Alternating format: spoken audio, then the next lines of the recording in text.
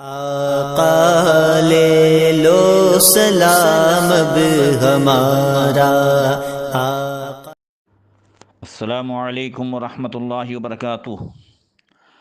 نحمدہ ونصلی ونسلم علی رسولہ الکریم وعلی آلہ واصحابہ اجمعین، اما بعد فاعوذ باللہ من الشیطان الرجیم، بسم اللہ الرحمن الرحیم۔ نحن نقص علیک احسن القصص بما اوحینا الیک ھذا القرآن وَإِن كُنْتَ مِن قَبْلِهِ لَمِنَ الْغَافِلِينَ۔ صدق اللہ مولانا العظیم۔ درود شریف پڑھیں۔ اللہم صلی علی سیدنا مولانا محمد معدن الجود والکرم وآلہ وصحبہ وبارک وسلم۔ محترم سامعین، درس تفسیر میں سورہ یوسف کی تفسیر جاری ہے، جس کا آج یہ غالباً جو ہے 10واں پارٹ ہے یا 11واں پارٹ ہے۔ حضرت یوسف علیہ السلام کے حالات ہم اور آپ سماعت کر رہے ہیں۔ گزشتہ کل یہ بیان ہوا تھا کہ یوسف علیہ السلام کے بھائیوں سے یعقوب علیہ السلام نے فرمایا کہ تم دوبارہ مصر جا رہے ہو تو الگ الگ دروازے سے جانا، تاکہ کسی کی نظر میں نہ آؤ، یا تمہیں نظر نہ لگے، یا کوئی تم سے حسد نہ کرے۔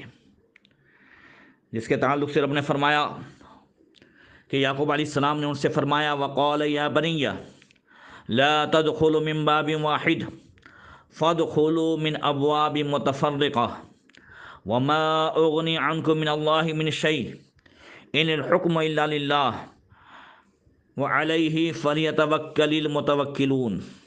اور فرمایا، میرے بیٹو، ایک دروازے سے نہ داخل ہونا اور جدا جدا دروازوں سے جانا۔ میں تمہیں اللہ سے بچا نہیں سکتا، حکم تو اللہ ہی کا چلتا ہے، میں نے اسی پر بھروسہ کیا، اور بھروسہ کرنے والے کو اسی پر بھروسہ کرنا چاہیے۔ دل کرتا ہے کہ تھوڑی دیر توکل کے تعلق سے بھی بات ہو کہ وعلی اللہ فلیتوکل المتوکلون، ہر بھروسہ کرنے والے کو اللہ ہی پر بھروسہ کرنا چاہیے۔ اور اللہ تعالیٰ 14ویں پارے میں ارشاد فرماتا ہے وعلی اللہ فلیتوکل المؤمنون، اور مومنوں کو اللہ ہی پر بھروسہ ہے۔ ان تمام آیتوں سے پتہ چلا کہ توکل اللہ تعالیٰ کی بہت بڑی نعمت ہے۔ ہر ایک نے توکل کی الگ الگ تعریف کی ہے۔ امام احمد رضی اللہ تعالیٰ عنہ فرماتے ہیں توکل کیا ہے؟ فرماتے ہیں ہوا قطع الاستشراف بالایاس من الخلق۔ توکل یہ ہے کہ مخلوق سے امید ٹوٹ جائے اور اللہ سے امید لگ جائے۔ حضرت شفیق بن ابراہیم فرماتے ہیں التوکل تمانیۃ القلب بموعد اللہ عز وجل۔ توکل یہ ہے کہ اللہ تعالیٰ کے وعدوں پر انسان کے دل کا اطمینان ہو جائے۔ اسی کے ساتھ ساتھ امام فخر الدین رازی رحمۃ اللہ تعالی علیہ فرماتے ہیں کہ التوکل ہوا ان یراعی الانسان اسباب الظاہرہ ولکن لا یعول بقلبہ علیہا۔ توکل یہ ہے کہ انسان ظاہری اسباب تو اختیار کرے مگر ان کو مؤثر نہ سمجھے، بلکہ مؤثر اللہ کی ذات ہی کو سمجھے۔ یعنی توکل یہ نہیں ہے کہ ہم چھت سے چھلانگ لگا دیں، یا آج کورونا وائرس کی یہ وبا چلی ہے تو ہم بے احتیاطی برتیں۔ احتیاط کریں اور بھروسہ اللہ پر رکھیں۔ اللہ چاہے وہی ہوگا، مؤثر حقیقی اللہ ہی ہے۔ اللہ اکبر۔ توکل کی ایک خوبی یہ ہے کہ کفایت اللہ المتوکل جمیع شؤنہ، کہ جو بھروسہ کرنے والا ہوتا ہے اس کے ہر کام میں اللہ کفایت فرماتا ہے، جیسا کہ اللہ تعالیٰ قرآن میں فرماتا ہے وَمَن يَتَوَكَّلْ عَلَى اللَّهِ فَهُوَ حَسْبُهُ، اور جو توکل کرتا ہے اللہ اس کے لیے کافی ہے۔ توکل، جیسا کہ توکل کرنے والے کو اللہ تبارک و تعالیٰ غیب سے روزی بھی عطا فرماتا ہے۔ ایک حدیث پاک میں اللہ کے رسول صلی اللہ علیہ وسلم نے فرمایا کہ لو انکم توکلون علی اللہ حق توکلی لرزقکم کما یرزق الطیر تغدو حماسا وتروح بطانا، اگر تم اللہ پر ایسے توکل کرو جیسے توکل کرنے کا حق ہے تو اللہ تمہیں اس طرح روزی دے گا جیسا کہ وہ پرندوں کو روزی دیتا ہے، وہ خالی پیٹ گھر سے نکلتے ہیں اور بھرے پیٹ واپس لوٹتے ہیں۔ کیا مطلب؟ توکل کا مطلب یہ نہیں ہے کہ ہم ہاتھ باندھ کر کے روزی کا انتظار کریں، نہیں، توکل کا مطلب یہ ہے کہ ہم محنت بھی کریں، مشقت بھی کریں۔ فرمایا کہ جس طریقے سے پرندے یہ بھی صبح نکلتے ہیں تو محنت کے لیے نکلتے ہیں، مگر ہمارے اور پرندے میں فرق یہ ہے کہ ہم نکلتے ہیں، ہمیں معلوم ہے ہماری روزی کے ذرائع کیا ہیں، اسباب کیا ہیں، پرندوں کو نہیں معلوم ہے کہ ان کے دانے کہاں رکھے ہیں، مگر پھر بھی شام کو جب پلٹتے ہیں تو ان کے پیٹ بھرے ہوئے رہتے ہیں۔ اگر ہمیں بھی ایسا توکل حاصل ہو جائے، روزی اللہ دیتا ہے۔ فرمایا ان النفس لن تموت حتی تستکمل رزقها، کوئی جان دنیا سے نہیں جاتی جب تک کہ اس کی روزی جتنی ہے اتنی مکمل اسے مل نہ جائے۔ لہذا ہم اللہ پر بھروسہ کریں اور حلال روزی کے لیے کوشش کریں، اللہ ہی سب کو روزی دینے والا ہے۔ اس پر بڑا پیارا واقعہ سناؤ، اس کے بعد آگے بڑھتا ہوں۔ پرانے سندھ میں جب یہ بٹوارا نہیں ہوا تھا ہند و پاک کا، ایک حکیم صاحب تھے،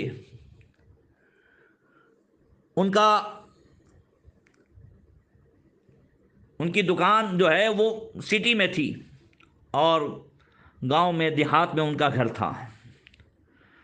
وہ حکمت کے لیے سٹی میں آتے، جب گھر سے نکلتے تھے تو ان کی بیوی انہیں روزانہ کے حساب سے ایک چٹھی دیتی تھی۔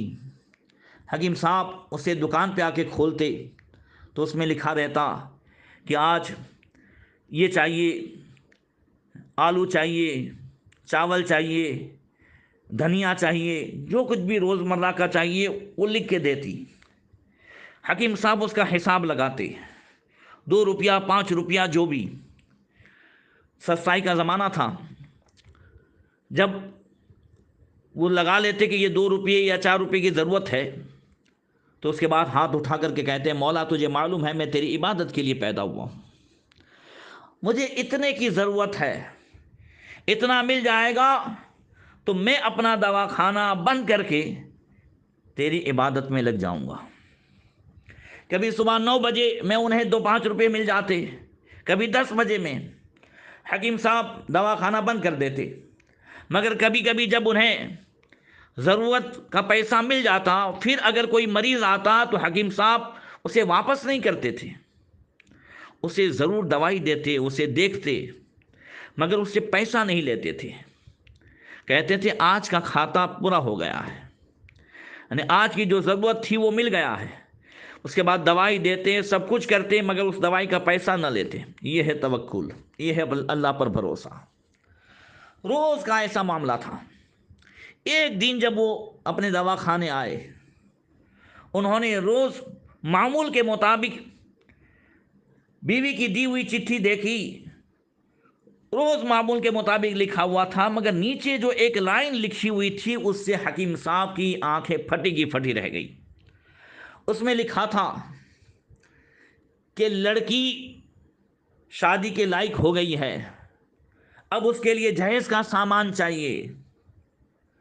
اب حکیم صاحب نے تو کبھی 2 روپے بینک بیلنس جمع نہیں کیا تھا، تھوڑی دیر کے لیے گھبرائے، مگر قلم لے کر کے نیچے لکھ دیا کہ یہ اللہ کا کام ہے، اللہ تعالیٰ پورا فرمائے گا۔ محترم سامعین، اسی دن ابھی دواخانے ہی میں ہے، مریض آ رہے ہیں، سب کو دیکھ رہے ہیں، حکیم صاحب دوائی دے رہے ہیں۔ تھوڑی دیر میں ایک ایمبیسیڈر کار جو اس زمانے میں چلتی تھی آ کر ان کے دواخانے کے پاس رکی۔ ایک صاحب سوٹ بوٹ میں نیچے اترے اور حکیم صاحب کے سامنے آ کر کے بیٹھ گئے۔ حکیم صاحب نے پوچھا کیا معاملہ ہے، آپ دوائی لینے آئے ہیں؟ کہا نہیں۔ کہا پھر؟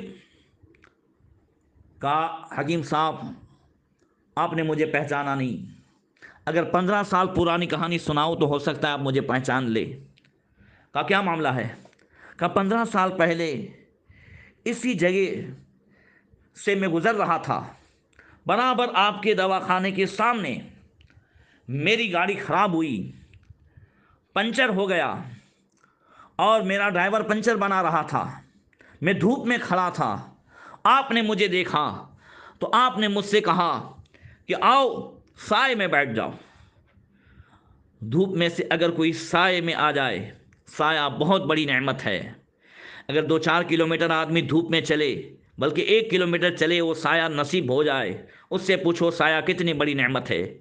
اللہ تعالیٰ بڑی رات کے صدقے میں ہم سب کو حشر کے میدان میں عرش کے سائے کے نیچے جگہ عطا فرمائے اور اپنے حبیب صلی اللہ علیہ وسلم کے سائے دامن رحمت میں جگہ عطا فرمائے۔ بلکہ حکیم صاحب نے کہا کہ آپ اندر آ جاؤ، انہوں نے کہا، آپ نے مجھے کہا اندر آ جاؤ، تو میں اندر آ گیا، میں آپ کے سامنے بیٹھا، مگر مجھے خیال تھا کہ کچھ آپ کو دینا چاہیے، میں سیدھے سیدھے تو کچھ پیسہ نہیں دے سکتا، تو میں نے ایک بہانہ بنایا۔ معاملہ بھی صحیح تھا مگر مجھے کچھ دوائی میں انٹرسٹ نہیں تھا، تو میں نے آپ سے کہا کہ 6 سال ہو گئے شادی کو، اولاد نہیں ہے، آپ دوائی دیں کہ اولاد ہو جائے۔ تو آپ نے کہا توبہ کرو، دوائی اولاد نہیں دیتی ہے، اولاد اللہ تعالیٰ دیتا ہے۔ آپ بھی سن لیجئے، اہل سنت والجماعت کا یہی عقیدہ ہے، اولاد اللہ دے، شفا اللہ دے، ہر چیز اللہ ہی دیتا ہے، ذریعہ دوائی ہے، ڈاکٹر ذریعہ ہے، یہ سب ذریعہ ہے، ان سے اولاد نہیں ہونی، ان سے شفا نہیں ملنی۔ اگر اللہ نہ چاہے تو 50 لاکھ کی دوائی کر لیں، اسپیشلسٹ ڈاکٹر کے پاس چلے جائیں، شفا نہیں ملے گی۔ اور اگر اللہ چاہے تو 10 روپے کی فیملی ڈاکٹر کے دوائی سے جو ہے شفا مل جاتی ہے۔ تو پتہ چلا کہ ڈاکٹر شفا نہیں دیتا، دوائی شفا نہیں دیتی، شفا اللہ دیتا ہے۔ یہ سب ذریعہ ہے، مگر سکے کے دونوں سائڈ پر ایمان ہونا چاہیے۔ جس طریقے سے ڈاکٹر کے پاس جانا شرک نہیں ہے، ڈاکٹر شفا نہیں دے سکتا، اولاد نہیں دے سکتا، بلا تمثیل اسی طریقے سے اولیاء کرام کے پاس جانا، ان کے مزار پہ جانا، کسی کا عقیدہ نہیں ہے کہ یہ ولی دیتے ہیں، نہیں۔ جس طریقے سے اللہ چاہے تو دھول سے بھی شفا دے سکتا ہے، اور اللہ چاہے تو غریب نواز کے مزار کے پھول سے بھی شفا دے سکتا ہے۔ شفا دینے والا اللہ ہے، یہ سب ذریعے ہیں۔ بہرکیف عرض یہ کر رہا تھا کہ اس نے کہا کہ پھر آپ نے باتوں بات میں 2 پوڑیاں دوائی کی بنائی اور مجھ سے پوچھا کیا نام ہے، میں نے کہا محمد علی، ایک میں محمد علی لکھا، ایک میں بیگم محمد علی لکھا، کہا اس کو اس طریقے سے استعمال کرنا ہے۔ میں نے آپ سے پوچھا کہ کتنا پیسہ ہوا، تو آپ نے کہا آج کا کھاتا پورا ہو گیا ہے۔ میں سمجھ نہیں پایا، اس وقت میں دیکھ رہا تھا کہ آپ کی ایک لڑکی جو 4.5-5 سال کی تھی بار بار کہہ رہی تھی ابا جلدی چلو بھوک لگی ہے، آپ میری وجہ سے ویٹ کر رہے تھے۔ جب میں باہر نکلا تو میں نے پوچھا حکیم صاحب نے پیسہ نہیں لیا؟ کہا ان کا جو روز کا 2-5 روپیہ ہوتا ہے وہ مل جاتا ہے، بعد میں دوائی تو دیتے ہیں مگر پیسہ نہیں لیتے۔ کہا ہماری پوری فیملی انگلینڈ میں سیٹل ہوئی ہے، ہر سال ہم لوگ یہاں آتے، کچھ نہ کچھ خاندان میں شادیاں وغیرہ، اور ہر سال میں آپ سے ملاقات کے لیے آتا، دواخانہ آپ کا بند ہوتا۔ خیر ہم نے وہ دوائی کی اور میں نے اپنی بیوی سے جا کر کے کہا تو بیوی نے کہا یہ کوئی عام حکیم نہیں ہے، یہ کوئی نیک صفت حکیم ہے، ہم ضرور دوائی کریں گے۔ ہم نے دوائی کی، اللہ تعالیٰ نے ہمیں 3 بیٹے عطا فرمائے۔ ہمارے خاندان میں آپ کے خوب چرچے ہونے لگے، ہم ہمیشہ آپ کو یاد کرتے، ہر سال ملاقات کے لیے آتا، ملاقات نہ ہوتی۔ ان سال بھی میری بھانجی کی شادی تھی، ہم اس کے لیے آئے ہوئے تھے انگلینڈ سے، اور شادی سے 8 دن پہلے بھانجی شاپنگ کے لیے نکلی، اور ہوا یہ کہ اسے لو لگ گئی یا کیا ہوا، گرمی لگ گئی، اسے سخت بخار آیا، اسے ایڈمٹ کیا گیا اور اس کا انتقال ہو گیا۔ شادی کی پوری تیاری ہو گئی تھی۔ اب ہم لوگ گھر میں اکثر آپ کا تذکرہ کرتے تھے، مجھے آپ کی وہ بچی یاد آئی جو میں نے 15 سال پہلے دیکھی تھی، جس کی عمر 4.5 یا 5 سال کی تھی۔ تو گھر میں تذکرہ ہوا، سب نے اتفاق رائے سے یہ طے کیا کہ یہ جو کچھ بھی شادی کا جہیز کا سامان ہے وہ اس حکیم صاحب کی لڑکی کے لیے دے دینا ہے، جس کی دعا سے اور جن کی دوائی سے ہمارے ہاں اولاد ہوئی ہے۔ تو میں ٹرک بھر کر کے سارا سامان لے آیا ہوں، آپ اپنے گھر کا ایڈریس بتائیں تاکہ یہ سارا سامان بھی پہنچا دیں، پورا خرچہ بھی ہمیں دینا ہے۔ حکیم صاحب کی آنکھوں سے آنسو آئے، انہوں نے چٹھی دکھائی، کہا دیکھ لو، آج ہی بیوی نے یہ مانگ کی اور کہا کہ بیٹی کی شادی کی عمر ہو گئی ہے، جہیز کا سامان چاہیے، میں نے نیچے لکھ دیا تھا یہ اللہ کا کام ہے، اللہ پورا کرے گا۔ ابھی دواخانہ بند نہیں ہوا کہ اللہ تعالیٰ نے اس کا جو ہے انتظام فرما دیا ہے۔ واقعی رازق وہی ہے، واقعی دینے والا وہی ہے۔ من کان للہ کان اللہ لہ، جو اللہ کا ہو جاتا ہے ساری خدائی اس کی ہو جاتی ہے۔ وعلی اللہ فلیتوکل المتوکلون، اور بھروسہ کرنے والے کو اللہ ہی پر بھروسہ کرنا چاہیے۔ آگے اللہ ارشاد فرماتا ہے کہ حضرت یوسف علیہ السلام کے بھائی یعقوب علیہ السلام کی نصیحت کے مطابق جب مصر میں داخل ہوئے الگ الگ دروازے سے، اور جب وہ وہاں پہنچے تو آگے کیا ہوا؟ رب ارشاد فرماتا ہے وَلَمَّا دَخَلُوا مِنْ حَيْثُ أَمَرَهُمْ أَبُوهُمْ مَا كَانَ يُغْنِي عَنْهُمْ مِنَ اللَّهِ مِنْ شَيْءٍ إِلَّا حَاجَةً فِي نَفْسِ يَعْقُوبَ قَضَاهَا وَإِنَّهُ لَذُو عِلْمٍ لِمَا عَلَّمْنَاهُ وَلَكِنَّ أَكْثَرَ النَّاسِ لَا يَعْلَمُونَ۔ اور جب وہ وہیں سے داخل ہوئے جہاں سے ان کے باپ نے حکم دیا تھا، وہ انہیں اللہ سے کچھ بچا نہ سکتے تھے، البتہ یعقوب کے دل کی یہ خواہش تھی جو اس نے پوری کر لی، اور بے شک وہ صاحب علم تھے کیونکہ ہم نے اسے تعلیم دی تھی، مگر اکثر لوگ نہیں جانتے۔ اللہ فرماتا ہے کہ یعقوب علیہ السلام نے یہ تدبیر فرمائی، اور حقیقت میں بچانے والی ذات اللہ ہی کی ہے۔ وہ داخل ہوئے اسی انداز سے الگ الگ دروازے سے، جب پہنچے یوسف علیہ السلام کے پاس، یوسف علیہ السلام نے بنیامین کو بھی پہچان لیا۔ سب بھائیوں کے لیے دسترخوان لگے ہوئے تھے۔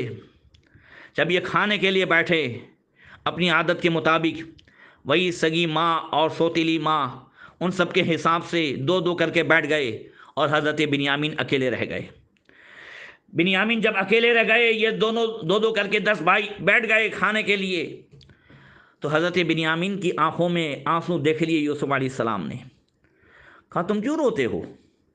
حضرت امام غزالی فرماتے ہیں، وہ تفسیر مظہری میں بھی ہے کہ جب پوچھا کہ کیوں روتے ہو، فبکا، وہ رونے لگے، وقال، تو بنیامین نے کہا لو کان اخی یوسف حیا لاجلسنی معه، بنیامین نے کہا کہ اگر میرا بھائی یوسف زندہ ہوتا تو وہ بھی میرے ساتھ بیٹھتا۔ یوسف علیہ السلام نے فرمایا اچھا بھائی مجھے اپنا بھائی سمجھ لو، کر کے آپ خود ساتھ میں بیٹھ گئے، کھانا کھایا۔ اس کے بعد یہ سب جو ہے آرام کے لیے چلے گئے۔ بنیامین کے لیے الگ کمرہ تھا۔ حضرت یوسف علیہ السلام نے اپنے بیٹے حضرت افراشیم سے فرمایا جاؤ اپنے چچا کے پاس اور جا کر کے ان سے باتیں کرو، ان کی خدمت کرو۔ سارے حالات حضرت یوسف علیہ السلام نے بیٹے کو بتا دیے تھے، بھائیوں کے تعلق سے بھی بتایا تھا، اور فرمایا کہ اب بھائی تمہیں اگر پوچھے تو پھر میرے تعلق سے بتا دینا، اب اللہ کا حکم ہوا ہے کہ میں اپنے آپ کو اس کے سامنے اظہار کروں۔ جب افراشیم آئے اور بنیامین افراشیم کی شکل و صورت دیکھتے تھے، بات چیت ہو رہی تھی، اور اس کے بعد کہا کہ بیٹا تو کس کا بیٹا ہے؟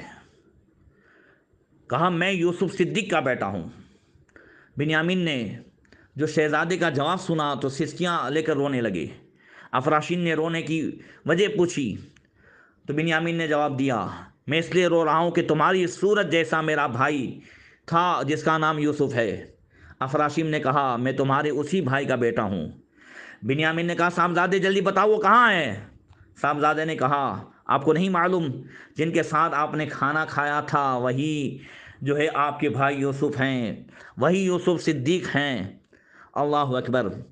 اس کے بعد افراشیم حضرت یوسف علیہ السلام کے پاس آئے، آپ نے اپنا تاج اتارا اور دونوں بھائی گلے لگے، خوب باتیں ہونے لگی۔ رب فرماتا ہے وَلَمَّا دَخَلُوا عَلَى يُوسُفَ آوَى إِلَيْهِ أَخَاهُ قَالَ إِنِّي أَنَا أَخُوكَ فَلَا تَبْتَئِسْ بِمَا كَانُوا يَعْمَلُونَ۔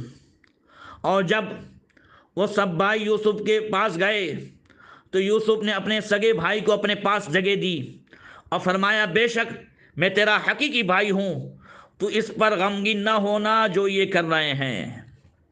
یوسف علیہ السلام نے بنیامین سے بہت ساری باتیں کیں، راز کی باتیں ہوئیں، اندازہ لگائیں بچھڑے ہوئے وہ ملے ہیں، کیا ان کا حال ہوگا یہ تو وہی جان سکتا ہے جنہوں نے جدائی کے صدمے سہے ہوں۔ اللہ اکبر۔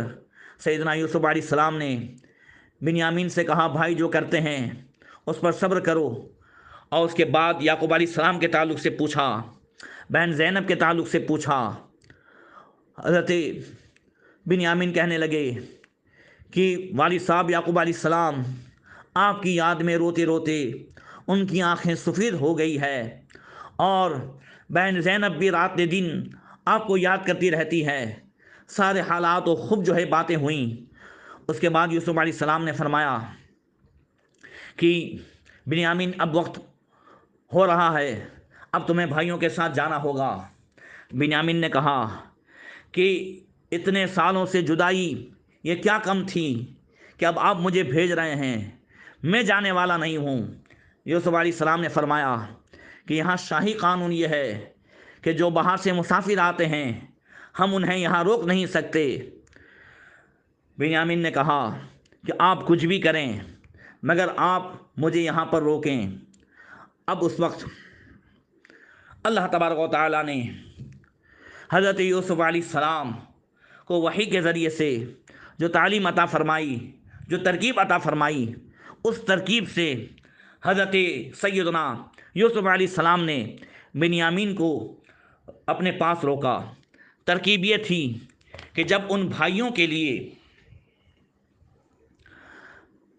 جو گلے تیار کیے تو اس گلے میں حضرت یوسف علیہ السلام نے اپنے خاص خادم کے ذریعے سے ایک شاہی پیالہ جس سے ناپ کر کے وہ پورا اناج بھرا جاتا تھا وہ بنیامین کی بوری میں رکھوا دیا، اور اس کے بعد جب بوریاں سب ہو گئی، سب بھائی جانے لگے تو بنیامین بھی ساتھ میں ہوئے، سب ساتھ میں جانے لگے۔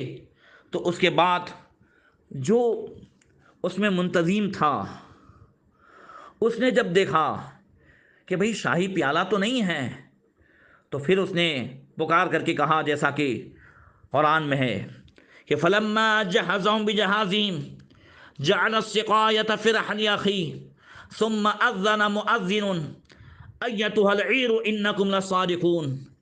پھر جب انہیں ان کا سامان مہیا کر دیا تو اپنے بھائی کی بوری میں پیالہ رکھ دیا، پھر ایک پکارنے والے نے پکارا اے قافلے والو بے شک تم چور ہو۔ قالوا وَأَقْبَلُوا عَلَيْهِمْ مَاذَا تَفْقِدُونَ قالوا نَفْقِدُ صُوَاعَ الْمَلِكِ وَلِمَنْ جَاءَ بِهِ حِمْلُ بَعِيرٍ وَأَنَا بِهِ زَعِيمٌ۔ تو بولے یعنی قافلے والے، اور ان کی طرف متوجہ ہوئے کہ تم کیا نہیں پاتے، یعنی تمہارا کیا کھو گیا ہے، کیوں چوری کا الزام لگا رہے ہو؟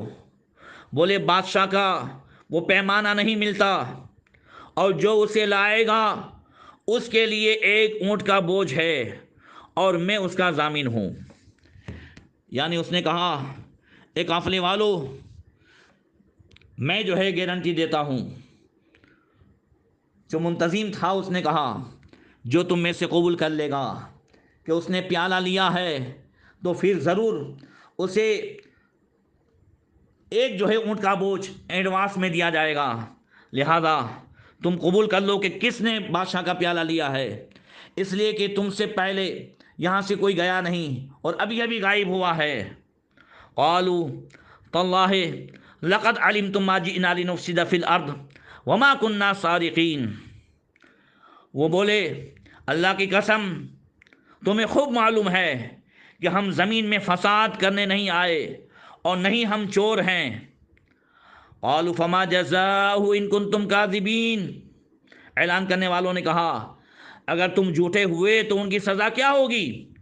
وہ بولے قالوا جزاؤہ من وجد فی رحلہ فہو جزاؤہ کذالک نجزی الظالمین۔ انہوں نے کہا اس کی سزا یہ ہے کہ جس کے سامان میں وہ پیالہ ملے وہی خود اس کا بدلہ ہوگا، ہمارے یہاں ظالموں کی یہی سزا ہے۔ ان لوگوں نے کہا کہ شریعت یعقوبی میں ہمارے یہاں یہی سزا ہے کہ جس کے بھی بورے میں سے وہ پیالہ نکل جائے تو پھر اس کو غلام بنا کر کے یہاں رکھ دیا جائے، یہی ہم سزا دیتے ہیں، لہذا ہم نے چوری نہیں کی ہے۔ اس کے بعد انہوں نے سب کے جو ہے سامان کو کھوجنا شروع کیا۔ یوسف علیہ السلام کو بھی بلایا گیا، اور پھر آئندہ کیا ہوا